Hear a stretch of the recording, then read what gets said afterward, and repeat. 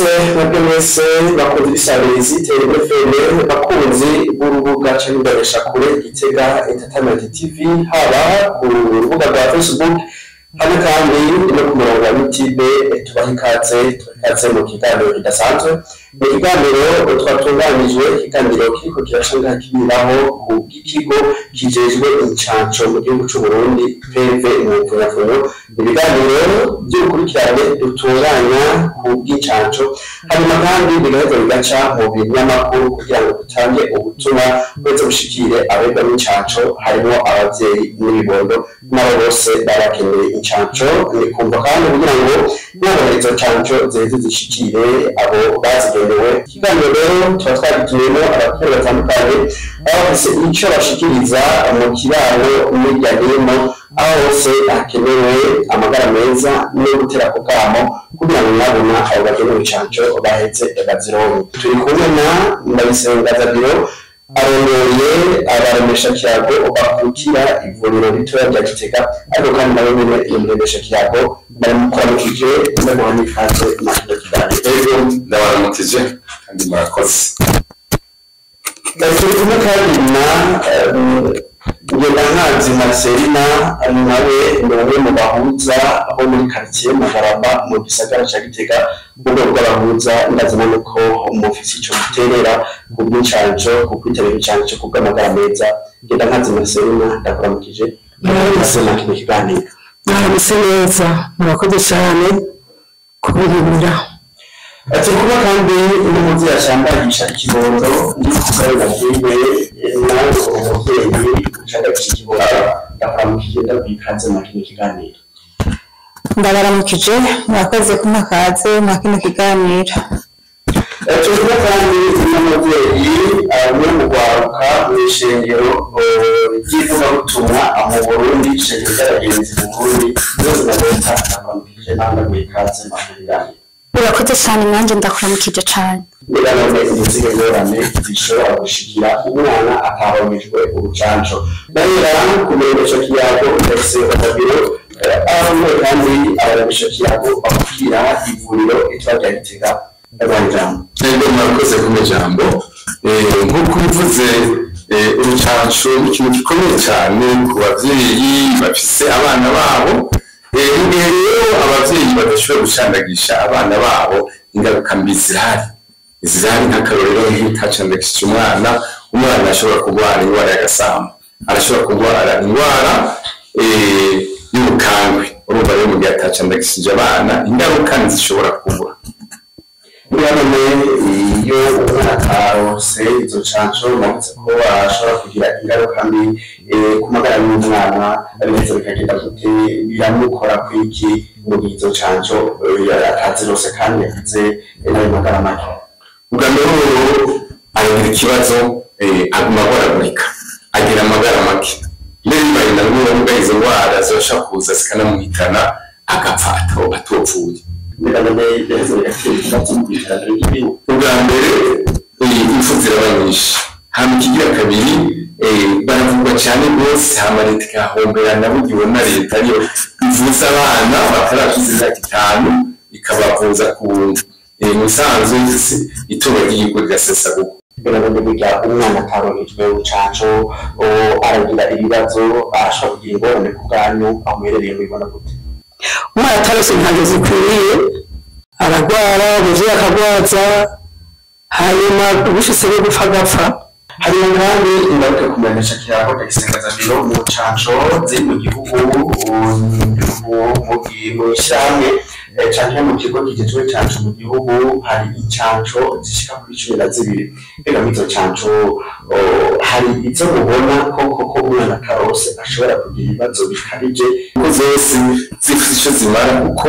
bazishizeho babona yuko zikenewe kandi zashyizweho n'abahinga babyize neza abajejwe amagara y'abantu barabona yuko agahaze mu ruganda badacura no kuvuza incanco zose no kumwana zose tazinoze zose ingaruka mbi zishobora kubura kumuzira k'uwo mwana iyo kubwayo Nadine umuvyeyi acandagisha ikibondo mwebwe mucandagisha abana mbega mu iyo umwana akabagizwe urucanco nawe aragira ingorane izihe n'izihe ngorane umwana ashobora kugira mu gihe akabuze urucanco? Yego murakoze cyane kumpa ijambo. Mu gihe umwana ataronkejwe izo ncanco aragwaragurika cyane. Mu gihe rero aguma agwaragurika bisaba yuko uca usanga ataterambere mu rugo, kuko uca usanga twama kwa muganga akamaro karagwaragurika, ukaca usanga ataterambere rihari mu muryango wacu kubera yuko aba aguma agwaragurika kubera yuko ataronkejwe izo ncanco zose nk'uko bitegerezwa kugenda. Bihuriye hehe no kugira iterambere ridashemeye umuryango? Kubera yuko kenshi aca aguma agwaragurika indwara zitandukanye, akaba kwa muganga ubudahengeshanya, tukamara nk'iminsi mu bitaro, ukaca usanga tutarose uburyo bw'ukungene dushobora kwifasha mu kurondera icyo dufashisha umuryango, abana na twebwe n'ababyeyi.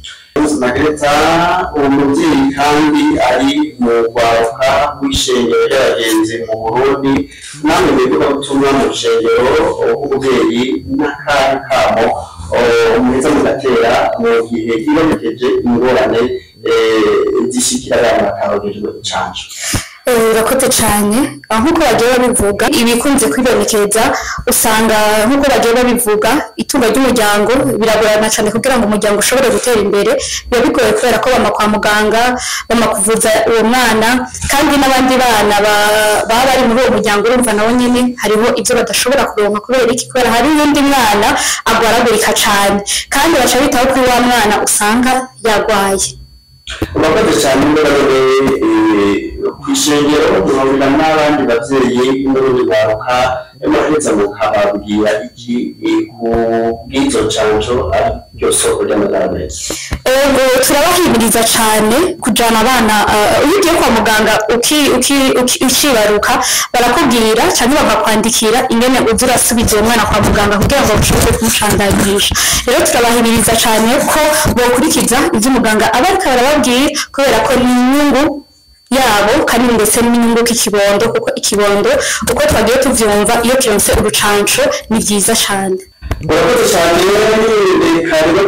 dutira akamo bakunzi bikoresha kure Gitega Entertainment TV n'isabirizi TVFM, urumva ko ariho ingorane umwana ataronkejwe urucanco ashobora kugira. Abaturage tugiye ko umwana agira amagara make, kugwaragurika no kwandura hato na hato indwara zitandukanye. Niba izo ndwara umwana yanduye, urumva ko n'abana b'abanyi baza bakazandura kubera ingorane y'umwana ataronkejwe urucanco. Turakorera rero kubatumire kuri kano biganiro harimo gutera akamo, tugaruke kurebesha kiyago ndayisengaza biro kurebesha kiyago kandi kurebesha kiyago n'abatuma twama dutanga bo guhimiriza abavyeyi kwitabira incanco. Bizo kandi yora gushyira umwana atacandazwe. Ubutumwa buri ku bavyeyi, ubutumwa ku babyeyi ni uko bakivyara borekana abana babo kubacandagisha kwa muganga. Nabyo leta yakoze akigoro kadasanzwe ikabaronera incanco zikwiye kugira ngo umwana wese w'igihugu aronke urucanco. Nuko rero atobibagiza bamwe bitwaza amadini abandi bitwaza ibiki, nuko bose n'imyonka bagakurikiza amabwiriza bahabwa n'abaganga, bagakurikiza n'ikirangaminsi atawucanco namwe basivye. Mu rwego rw'abafunza namwe muri hafi y'abenegihugu kandi batanga ubutumwa bw'impanuro mu miryango no ku babyeyi. Turacari mu gukurikirana ibiganiro dusemerera duhimiriza abavyeyi baberwa n'incanco kuzitabira kuvuza amagara meza kandi n'akayamuza mwamana n'imiryango. Ariko murakoze cyane. Akamo twobatera abenegihugu nuko bambuka ikirangaminsi c'incanco z'abana babo, hanyuma tugasaba ko n'intwaro nayo nyene yofasha guhimiriza mu kurarika iyo hageze igihe c'incanco z'abana, tugahanira abenegihugu kandi ko batofatanya n'ibintu, kuko hariho benshi bumva ngo incanco ngo ziratuma abana batabyara benshi barabivuga, bigatuma basiba ari kuja ku ncanco, ariho abana bambiriraho indwara zidakira nyinshi no guhera bagahwera. rero kubona bine umubyeyi ashaka gushikibondo wumvise ko umwana akaronka urucanco agira ibibazo bidasanzwe none twabuze ko turi mu rukurikirane rw'ibiganiro byo guhimiriza ababyeyi n'abega urucanco kuzitabira isoko ry'amagara meza n'akahe kamo ku bavyeyi bashaka gushikibondo. Akamo je notera abavyeyi nka jewe nabatera akamo yuko bokurikiza ikirangamisi cyo kujana abana ku ncanco bateza inshanco zose uko zikwiye kuko twumvise yuko hari ingaruka nyinshi cyane haba ku bana haba no kuri twebwe abavyeyi kuko bataba bakurikije izo nshanco. Natera akamo rero abavyeyi ko bokwitabira akamo nko gucandagisha abana bataraje amadini eka ivyo vyose ni ibihuha bavuga sivyo na gato. Ni ukuvuga ko umwana yarose inshanco zikwiriye hariho indwara zimwe zimwe zidashobora kumufata. biza kura ibishoboka byose abantu tukabigira tukabararika amarita ikagaruka ku baronsa za nshanco bataronse ubagene leta yigowe igasubira ikagaruka naho ibintu biba vyaregane hari izo isubira ikaba ibasanze kenshi abantu b'ababanyi ahandi bari abagenzi kandi tubona ukuntu tubaza henshi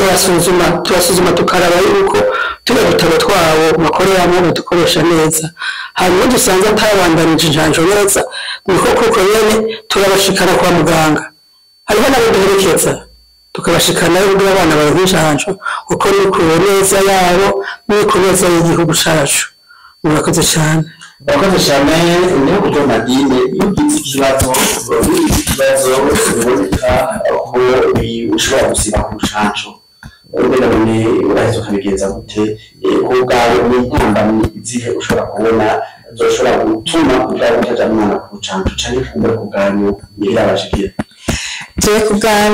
ku bwanje ntibiranshikira ko vyoshika sinjane umwana ku rucanco ariko hari igihe usanga nk'umuvyeyi ugasanga yafatiriwe ariko mu gihe aba avyumva akumva uwo mugambi wo kujana umwana ku rucanco arashobora kuraba n'undi muntu ashobora kwifashisha akamubwira ati simbanira umwana ku rucanco kugira ngo ashobore gukurikiza rwa rutonde rw'incanco z'umwana. Murakoze cyane mwebwe mwese mukaba mukurikirana